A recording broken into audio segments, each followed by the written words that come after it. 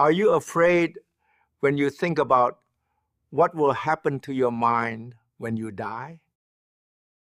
I will show you what Buddhism says about this and help you lose all your fear. And subscribe to our channel if you seek peace and knowledge for your life. Have you ever wondered what actually happens to you? Not your body, but the real you, the one who thinks and feels and remembers when this physical form finally lets go? I'm not asking this to make you uncomfortable. I'm asking because I know something about you already. You've lived long enough to have buried people you loved. You've held the hand of a parent, maybe a spouse, maybe even a friend, and felt that mysterious moment when warmth becomes absence. And in that moment, didn't something in you wonder, where did they go? Not their body, you could see that remained, but them. The person who laughed at your jokes, who knew your stories, who looked at you with recognition in their eyes. Where did that consciousness, that knowing, that spark, where did it travel? I've been a Buddhist monk for over 30 years now, and I can tell you this. The question you're asking isn't morbid. It isn't dark. It's actually one of the most important questions a human being can ask, especially now, especially at this stage of your precious life.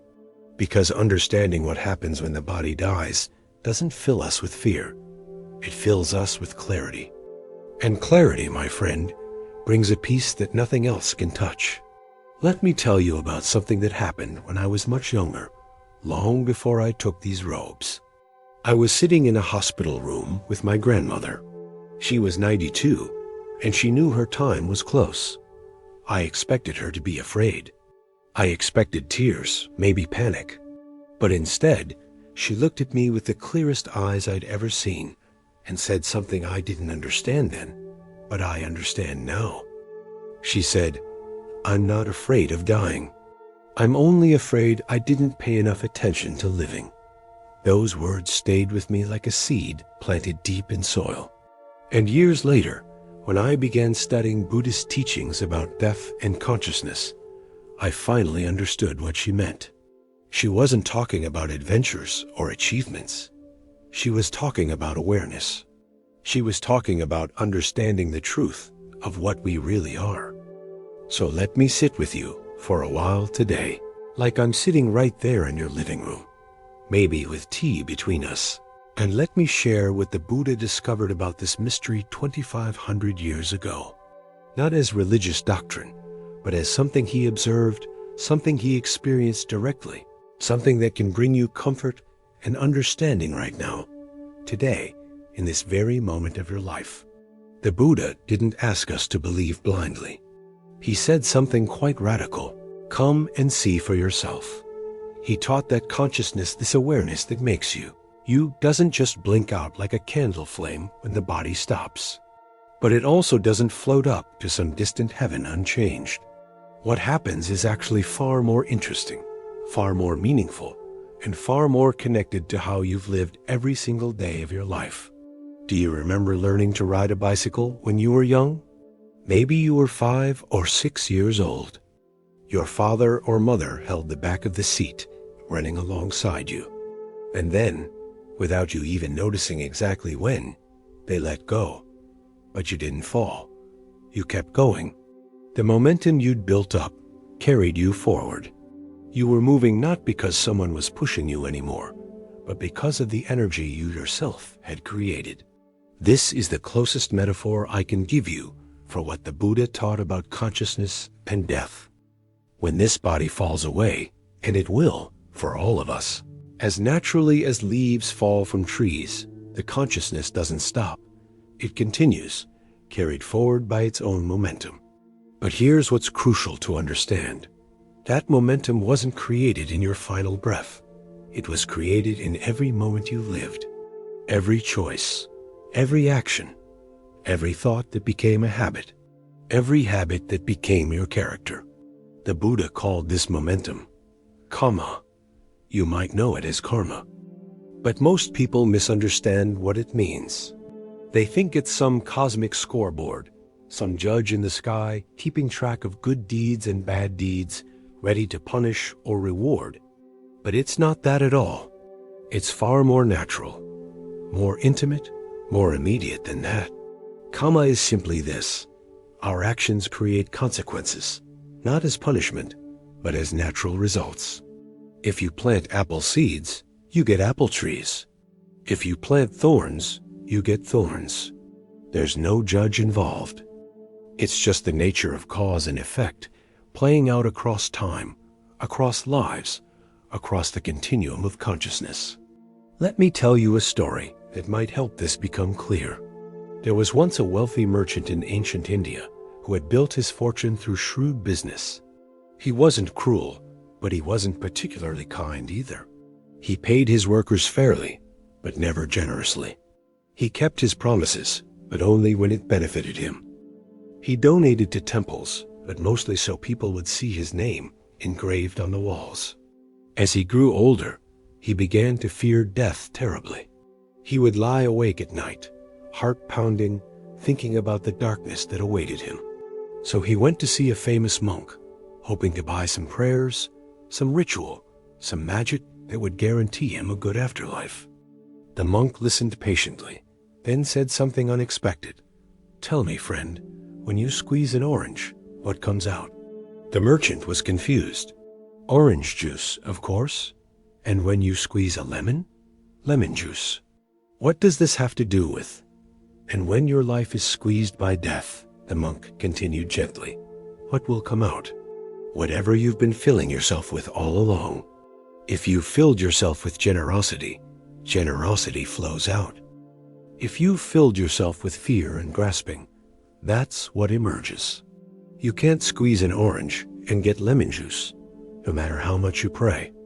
Do you see what the monk was teaching? Death doesn't transform us into something we weren't.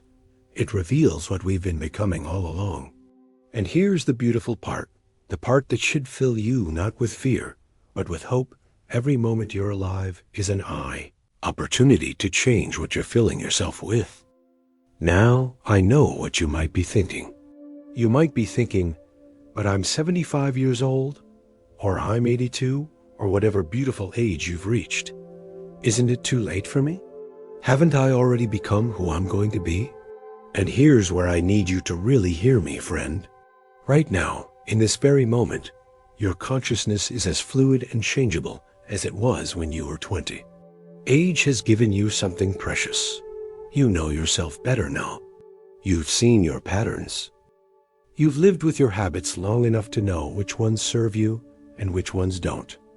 This makes you not less capable of transformation, but more capable, because you're not doing it blindly anymore. You're doing it with wisdom.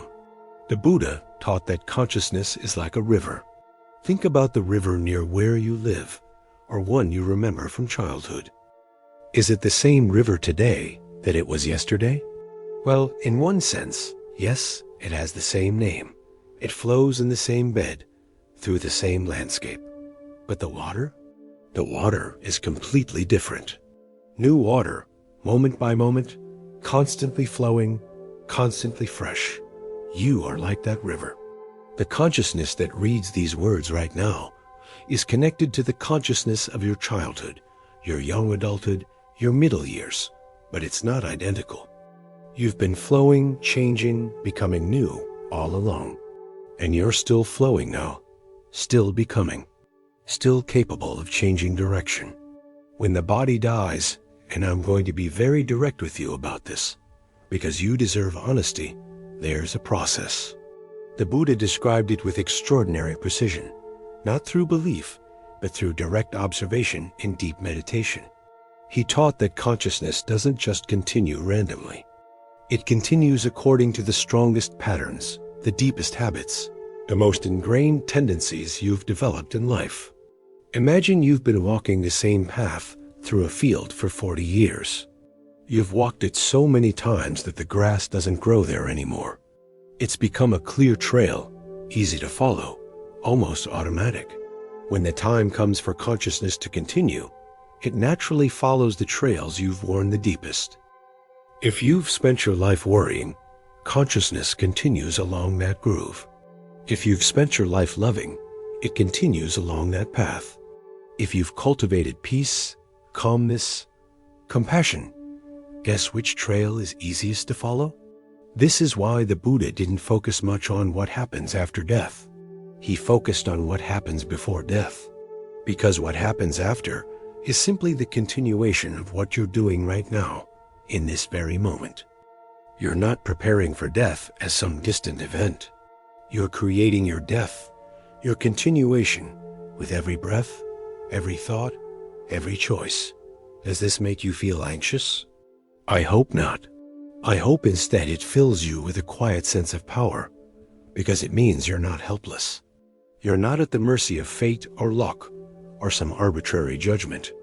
You're participating in your own becoming, right now, today, in this very moment. Let me share something more with you, something tender and true. In my years as a monk, I've sat with many people in their final days, and I've noticed something beautiful. The people who die most peacefully aren't necessarily the ones who lived perfect lives. They're the ones who made peace with their imperfections. They're the ones who, at some point, stopped running from themselves and instead turned toward themselves with kindness. There was a woman I knew. I'll call her Margaret. She came to our monastery when she was 78, newly diagnosed with a disease she knew would take her within a year. She was angry at first, angry at God, angry at fate, angry at her body for betraying her.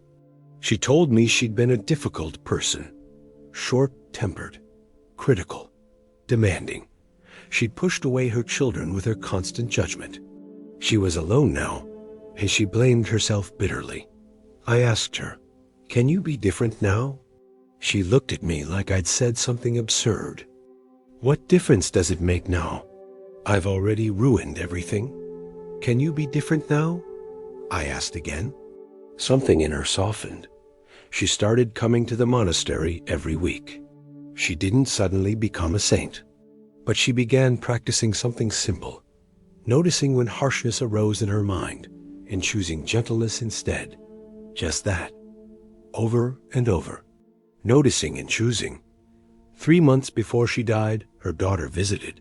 They hadn't spoken in 5 years. Margaret didn't apologize with a big speech. She just listened, really listened. And when her daughter cried, Margaret held her hand and said, "I see you. I see how much I hurt you. I see you now. When Margaret died, I was there. And I can tell you, friend, there was no fear in that room. There was sadness. Yes, her daughter wept, but there was also something else. Something that felt like completion, like a flower that had finally bloomed, even in autumn." This is what the Buddha meant by dying well. He didn't mean dying perfectly. He meant dying consciously, dying with awareness, dying with the heart turned toward what's true and good and kind, even imperfectly. Now, you might be wondering about rebirth. This is where Buddhism's teaching becomes even more interesting.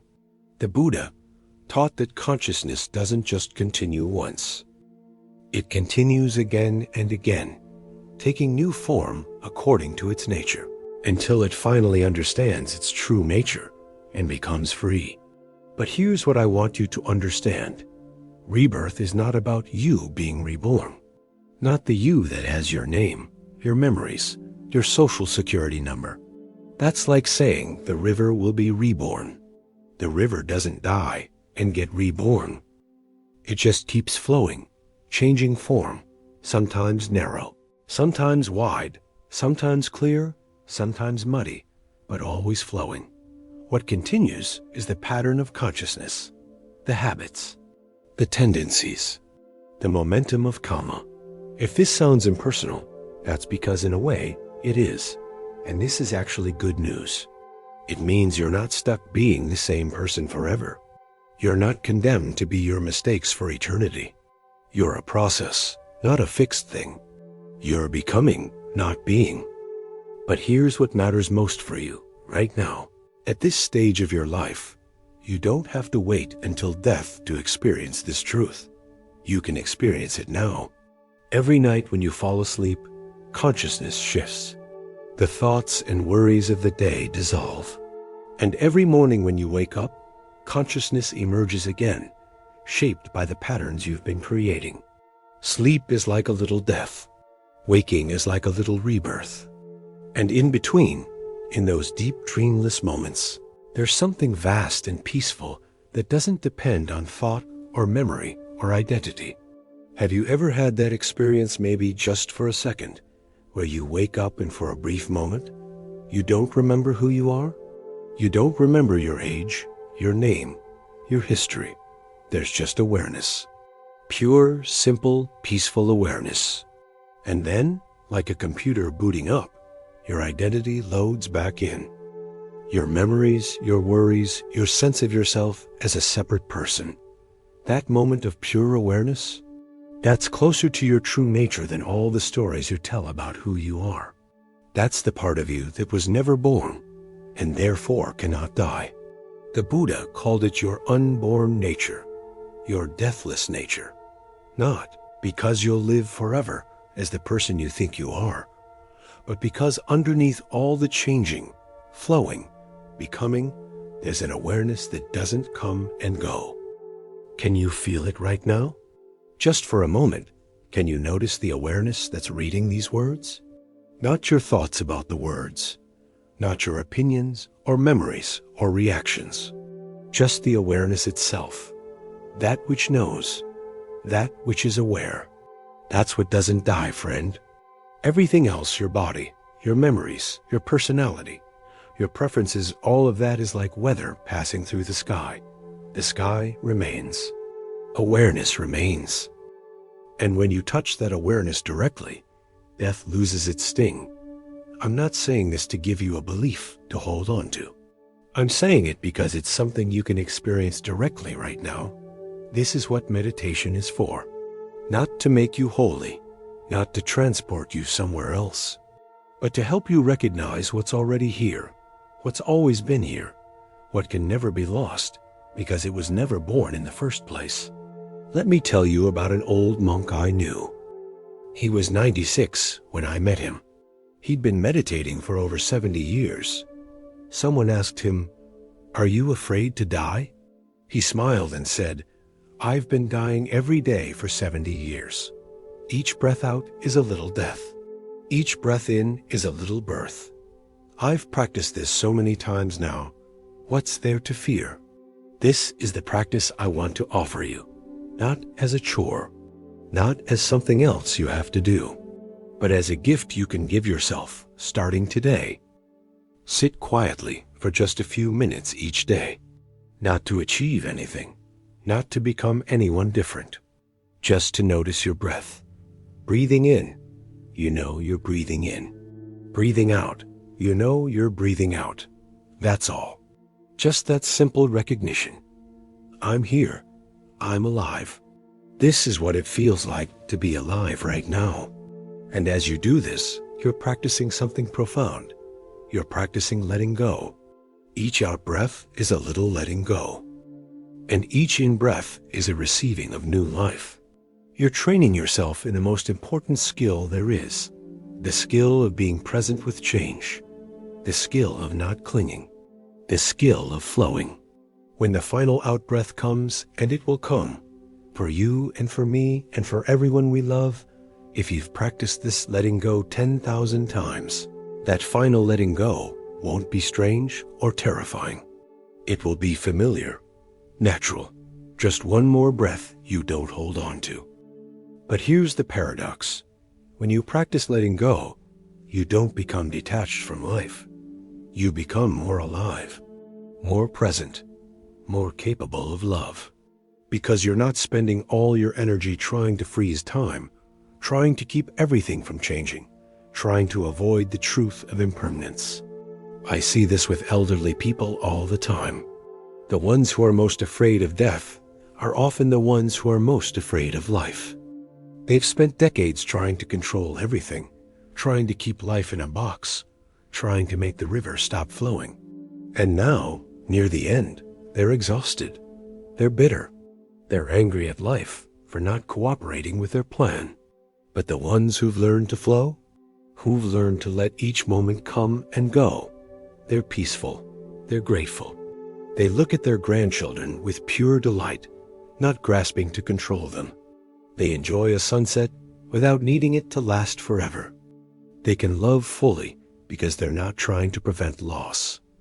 They've already learned that loss is part of love. Change is part of life, and death is part of birth. Now, I want to talk about something practical, something concrete you can do with this understanding. The Buddha taught that our actions, physical, verbal, and mental, create karma. This means that even now, even today, even if you're 90 years old and you think your life is essentially over, you're still creating. You're still shaping the momentum of consciousness. Every time you choose patience over irritation, you're creating a pattern of patience. Every time you choose kindness over indifference, you're deepening a groove of kindness. Every time you choose to let go of a resentment you've carried for decades, you're creating a pattern of freedom. And here's what's beautiful. It doesn't matter if anyone sees it. It doesn't matter if you get credit. The karma is created by the action itself, by the intention behind it, by the quality of consciousness in that moment. You're not doing it for heaven or hell or reward or punishment. You're doing it because it changes you right now, in this very moment. Do you have someone you haven't forgiven? Maybe they wronged you 30 years ago. Maybe they're already dead. It doesn't matter. Forgiveness isn't for them. It's for you. It's the practice of unclenching your fist, of letting the stone you've been carrying drop to the ground. Every day you carry resentment, you're practicing resentment, deepening that groove. And when the body falls away, what do you think consciousness will flow toward? The grooves you've worn deepest. But if you forgive, even now, even today, you create a new possibility. You show consciousness a different way to flow. Not toward bitterness, but toward release. Not toward resentment, but toward peace. This is why the Buddha said the present moment is the most important moment. Not because the past doesn't matter, it does. It created this moment, but because this moment is where you have power. This moment is where change happens. This moment is where you can choose to create different karma than you created yesterday. You know what I've noticed? The people who die most peacefully are the people who've spent their final years not accumulating things, but releasing things. Releasing grudges. Releasing regrets. Releasing the need to be right. Releasing the need to have life turn out the way they planned. There's a traditional Buddhist practice called giving away your merit. After you do something good, you imagine offering the positive energy of that action to all beings. It's a practice of not hoarding, even goodness. It's a practice of opening your hands and letting everything flow through you, not stopping at you. You can do this right now. Think of something kind you did recently, even something small. Maybe you smiled at a stranger. Maybe you called a friend who was lonely. Maybe you fed the birds in your yard. Now imagine that small act of kindness, creating ripples like a pebble in a pond, spreading out to touch everyone, everywhere. You're not keeping the goodness for yourself. You're letting it flow through you to the whole world. This practice does something to consciousness. It loosens the tight grip of me and mine. It reminds you that you're not separate from everything else. You're part of one vast, interconnected process. Your breath is the world's breath. Your consciousness is inseparable from all consciousness. And when you realize this deeply, death stops being the end of you and becomes simply a change in form, like water becoming steam, like winter becoming spring. I want to tell you one more story before we close. There was a king in ancient times who asked the Buddha, "What happens to an enlightened person after death?"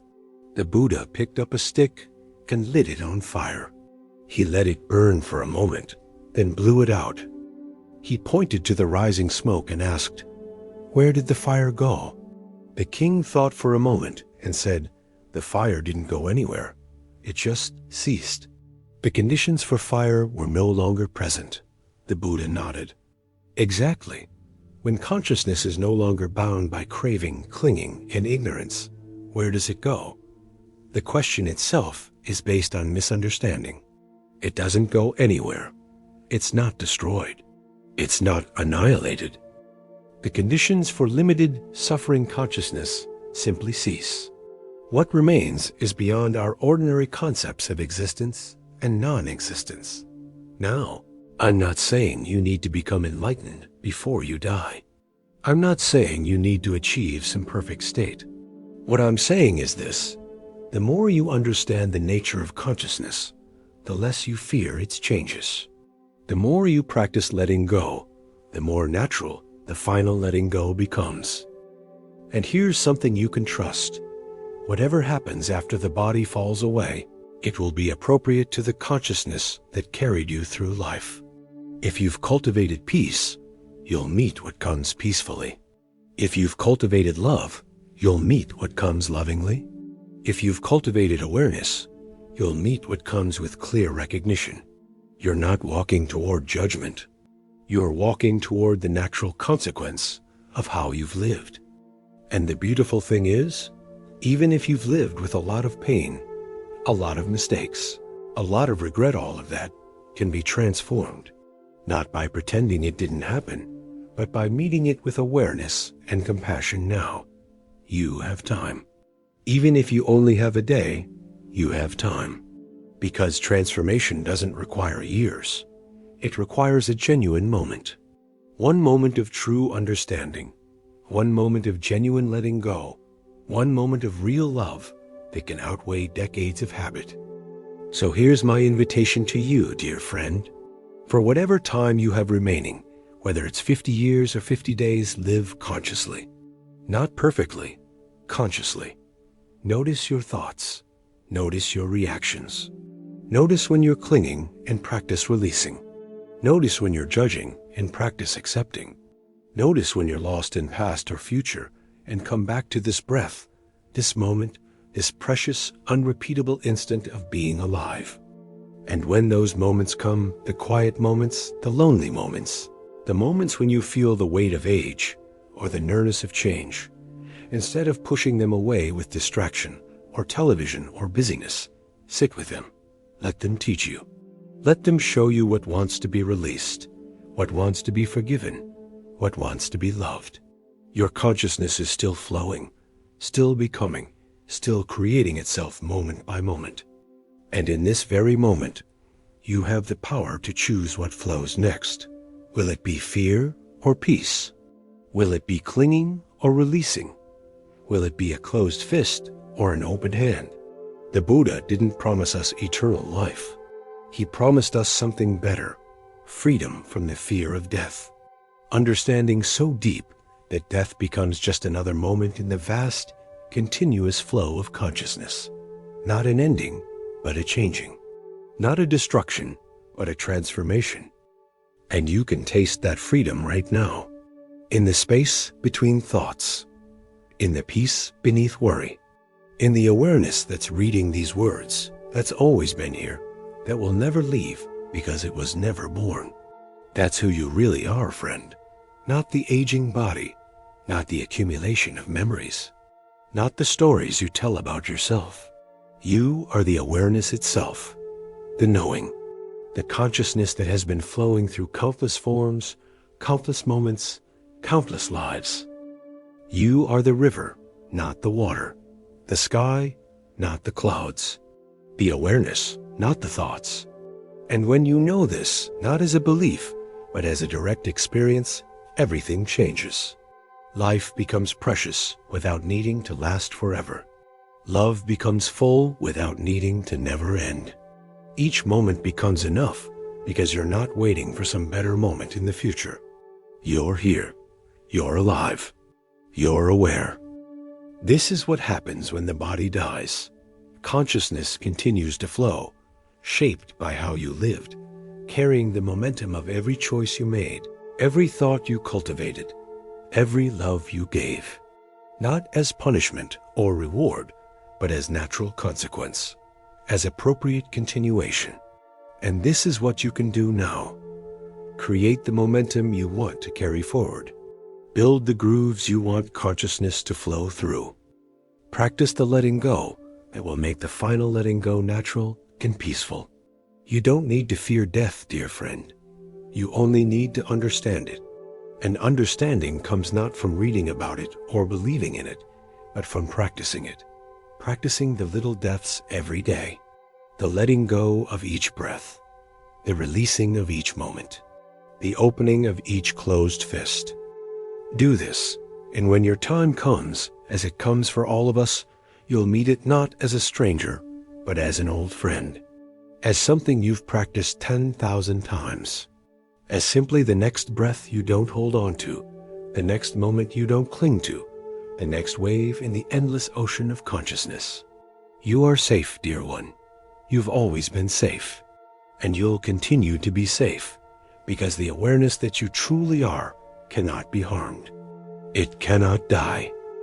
It can only change form, forever flowing, forever becoming, forever part of the vast, mysterious, beautiful process of existence. Rest in that. Trust in that. Live from that. And know that everything is unfolding exactly as it should.